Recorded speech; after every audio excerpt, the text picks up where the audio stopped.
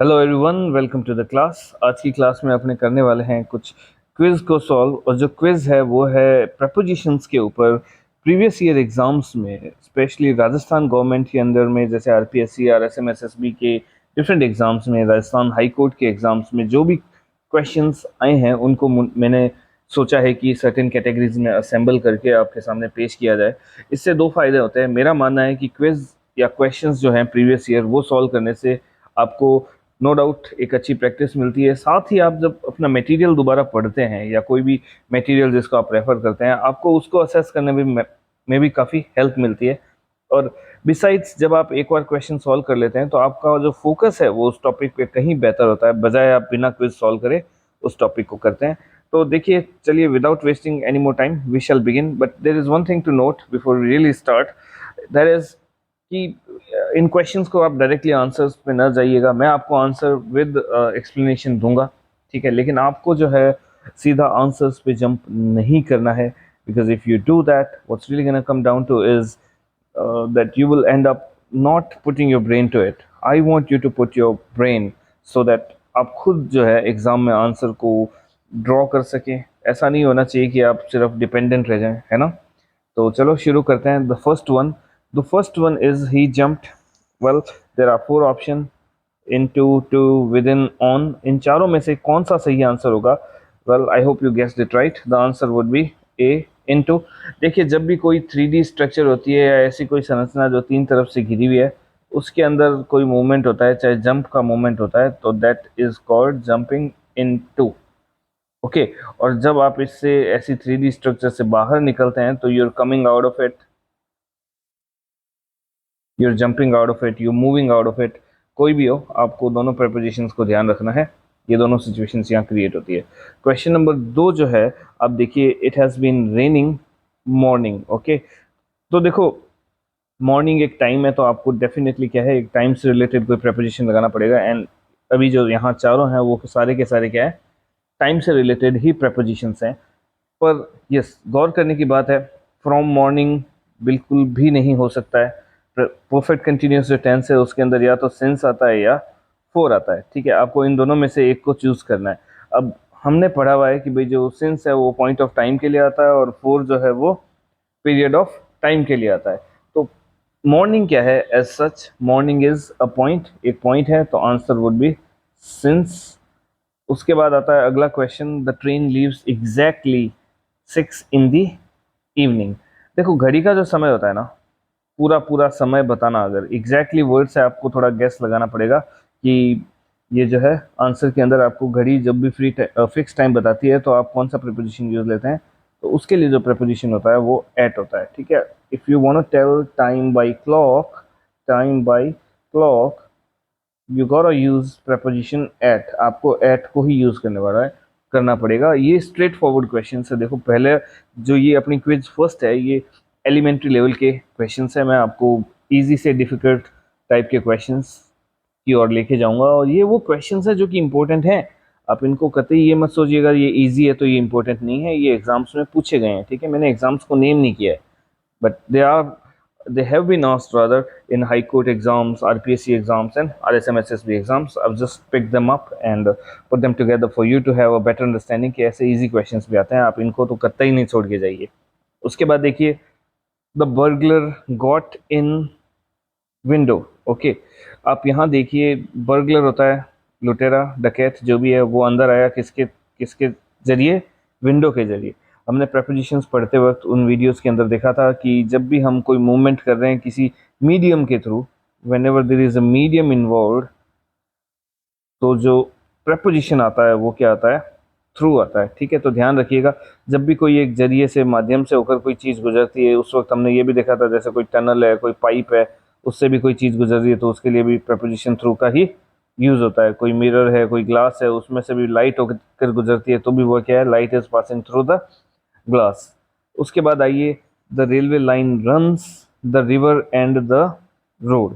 अब ये क्वेश्चन बहुत ही अच्छा है, ठीक है। इस क्वेश्चन के थोड़े ऑप्शंस इतने अच्छे नहीं दिए हैं, ऑप्शंस की वजह से आपका क्वेश्चन कंपैरेटिवली इजी हो गया। अगर क्वेश्चंस के ऑप्शंस अच्छे दे दिए जाते तो ये क्वेश्चंस काफ़ी कंफ्यूजिंग हो सकता था।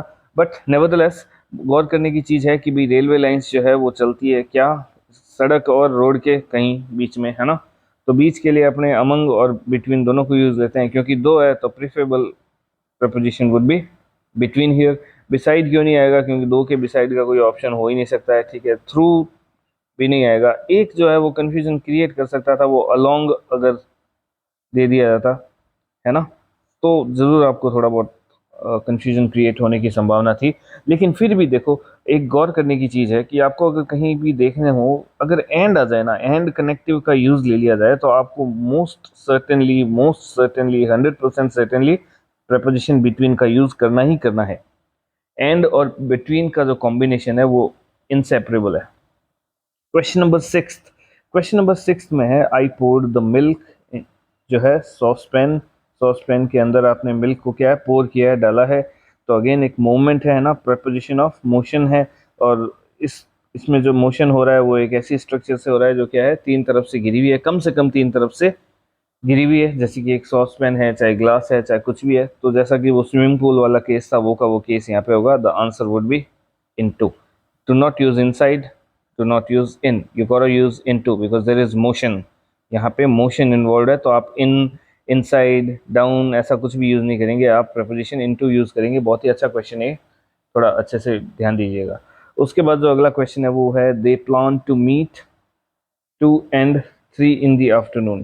देखो फिर से वही बात आ गई, जैसा कि मैंने अभी एक क्वेश्चन पहले ही आपको बताया था, ये जो कनेक्टिव है ना, ये कनेक्टिव आता है तो आपको माइंड में कहीं ना कहीं रखना है कि इसके साथ बिटवीन लगेगा प्रपोजिशन, ठीक है। अपॉन का तो कोई मतलब ही नहीं है ना, मीटिंग करने में upon no meaning.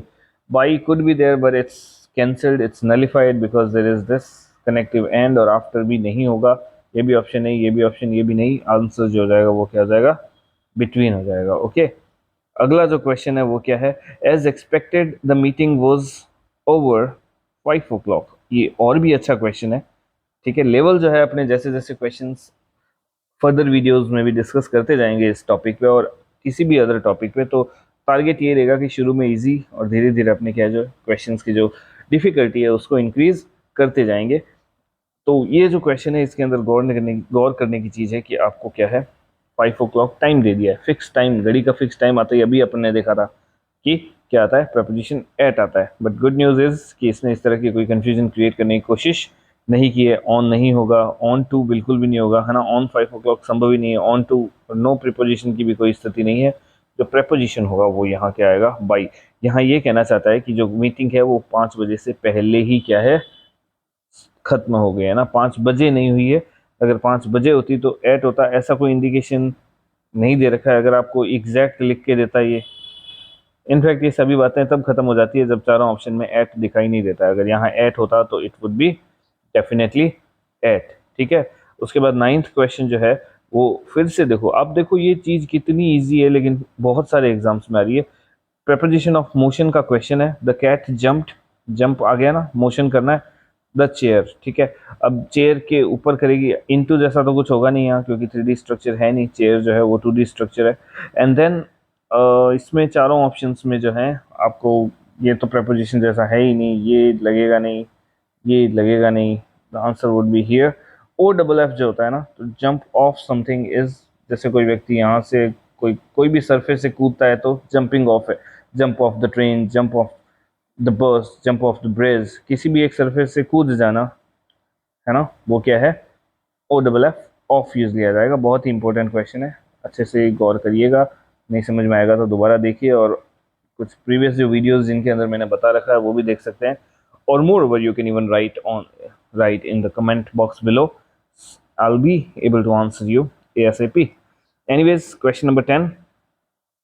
The book is the table, ठीक है। preposition of position में देखे थे अपन ने ये, since नहीं होगा, during नहीं होगा, about नहीं होगा, आंसर would be on। देखो मैं ये क्रॉस करने का जो मेथड है इसको हमेशा अच्छा मानता हूँ, क्योंकि आप एग्जाम के अंदर अक्सर जो गलतियां करते हैं उनमें से एक गलती ये भी होती है कि अपने कई बार क्या है, ऑप्शन सारे देखे बिना रश कर जाते हैं कि आंसर सीधा मार्क कर दिया। ये एक बहुत ही नेगेटिव आदत है। इस आदत की वजह से आप कई बार ऐसे क्वेश्चंस गलत कर जाते हो जो कि आप बहुत अच्छे से सही कर सकते थे। The best way to deal with it is when you just cross. Okay, जो क्वेश्चन के आंसर नहीं है उन्हें क्रॉस करो, तो जो बचता है वो आपका आंसर होना चाहिए। तो डबल क्रॉस चेक हो जाएगा, ये डबल चेक हो जाएगा, ठीक है। Anyways, Thank you very much. In the next video, we'll be talking about, or we'll be actually solving 10 more questions, but they're going to be a bit higher in their level.